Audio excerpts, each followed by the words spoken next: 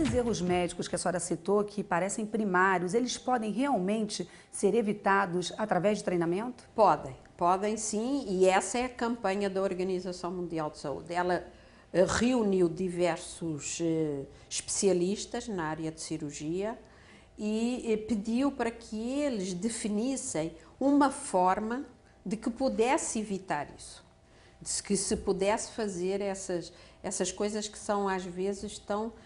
jamais alguém pode pensar que vai fazer uma cirurgia e que a cirurgia é no seu joelho direito e que vai acontecer alguma coisa no seu joelho esquerdo.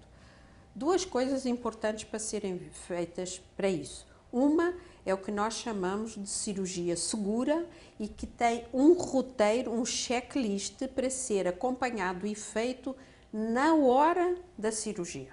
Então, antes de começar a cirurgia, há uma concentração da equipe e que passa todos os pontos que têm que ser passados, como, por exemplo, que nível de material eu tenho na sala, quantas pessoas estão na sala e quem são as pessoas nominalmente, por nome, qual é a atribuição de cada uma dessas pessoas na sala, isso feito com o cirurgião coordenador daquela cirurgia. Então, eu faço toda a checagem do que aconteceu, de como transcorreu e de como está o material que eu acabei ou usando, ou não usando, ou descartando. Então, isso tudo é feito dentro da coisa. Bom, qual é o problema para isto? A maioria dos médicos dizem que isso leva muito tempo, mas a gente tem que convencê-los que isto é bom para eles e fundamentalmente bom para os pacientes e que isto diminui o risco. Certamente tem muitos que já fazem isso, que se convenceram que isto era importante, que têm uma definição de equipe cirúrgica e de equipe médica muito mais organizada e muito mais coordenada, e isso tem evitado algumas coisas desagradáveis, digamos assim, para não dizer graves, mas são sempre muito graves esses erros, tá? Então, isso é uma coisa. A outra coisa é ensinar o paciente que ele deve estar atento ao que acontece na sala cirúrgica e ao que acontece com ele e com o médico que vai fazer a cirurgia. Porque ele conhece o médico, ele sabe quem vai fazer, então ele tem que ter um diálogo. Ou seja, todas essas campanhas, elas se baseiam muito na relação médico-paciente e na comunicação. A comunicação, hoje, a gente sabe que é a maior causa de erros. Então, a comunicação inadequada entre os profissionais de saúde pode também ser responsável por esses equívocos? Qualquer tipo de comunicação. A comunicação entre serviços, a comunicação em transferências, a comunicação, por exemplo, na passagem de exames de laboratório, por exemplo, por telefone. Às vezes você está com o paciente no leito, tem uma dificuldade e chama o médico assistente que está em casa, mas faz isso por telefone. E às vezes o que se passa por telefone também tem um padrão para se evitar erros, porque às vezes eu estou passando um medicamento que é 1 miligrama, mas eu entendo que é 10 e eu posso matar o paciente. Então essas questões são questões que a gente cada vez mais tem que se preocupar. Muito interessante no Congresso de 2011, que foi o Dr. Mark Chase, que é o presidente da Joint Commission, trouxe uma inovação. A Joint Commission está sempre inovando. Ela se preocupa muitíssimo com isso, ela publica muita bibliografia durante o ano inteiro e uma das coisas que ela está preocupada é precisamente com o risco, com a segurança, com os cuidados ao paciente, centrados no paciente. E uma das coisas que se foi criado este ano foi o Instituto de Pequenas Transformações. E o que é isso? É as atitudes que os profissionais têm, usar e tentar mudar e criar uma expectativa e uma atitude de pequenas mudanças. Então, às vezes a gente se esquece que um profissional que trabalha 8 horas seguidas, ou 12 horas seguidas, ou 24 horas seguidas, certamente na sua trajetória daquele tempo, o último terço do seu trabalho é de risco. Então a gente teria que ter talvez intervalos, teria que ter descansos, deveria ter lugares para que isso pudesse acontecer. Uma outra coisa é nos preocuparmos muito mais com a saúde ocupacional e a saúde profissional dos nossos colaboradores. Isso é fundamental. Ou seja, um colaborador ou um profissional que trabalha com muito mais satisfação, com muito mais compenetrado e com uma atitude proativa, ele certamente vai diminuir risco. Tá?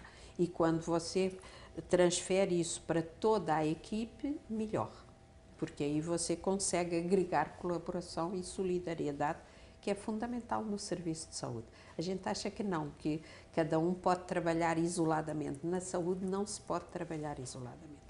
No início da nossa conversa, a senhora citou o manual de padrões. Todas essas informações fazem parte do manual? São colocadas no manual e, por exemplo, nas metas, nas campanhas da OMS, a Joint Commission definiu 6 metas, que ele chama de metas internacionais, para acompanhar as campanhas da Organização Mundial de Saúde.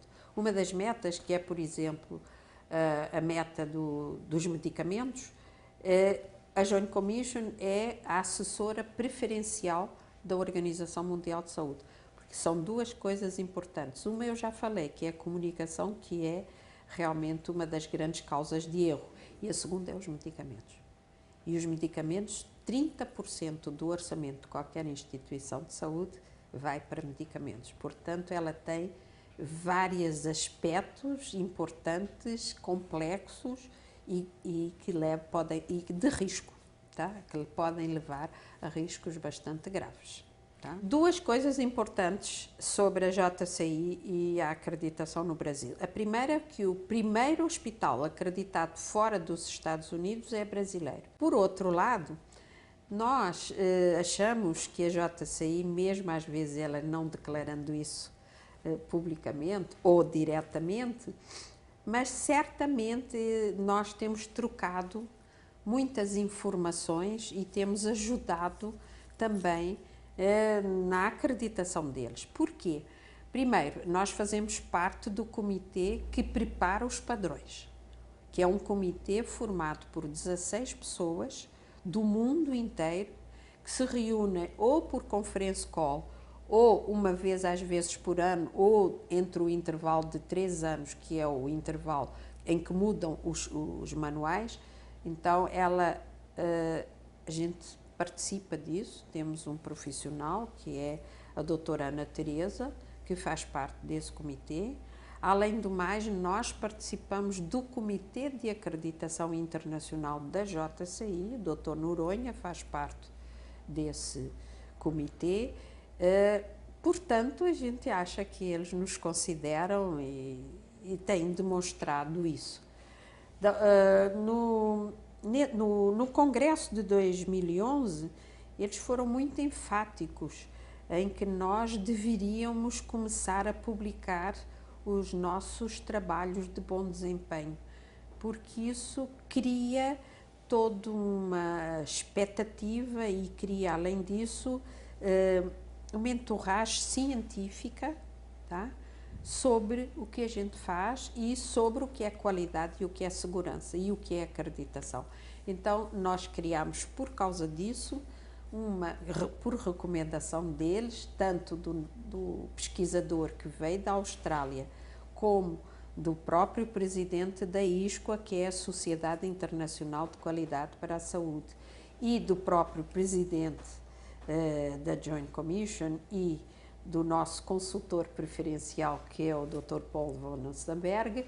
Eles insistiram muito e nós criámos uma revista técnico-científica online somente para trabalhos científicos. Já saiu o primeiro número, já está no ar, é uma revista pública é uma revista grátis e que está destinada a que toda a área técnica e científica possa se informar cada vez melhor sobre não só exemplos de bom desempenho, sobre a história da acreditação e sobre o desenvolvimento da acreditação no Brasil. Ela está disponível no site do CBA. Está disponível no site. A revista, então, é um espaço de compartilhamento de informações. Certamente, nós compartilhamos até porque o nosso acordo é de acreditação conjunta. Nós somos representantes exclusivos da JCI no Brasil e temos esse acordo. Então, é um compartilhamento de ideias, de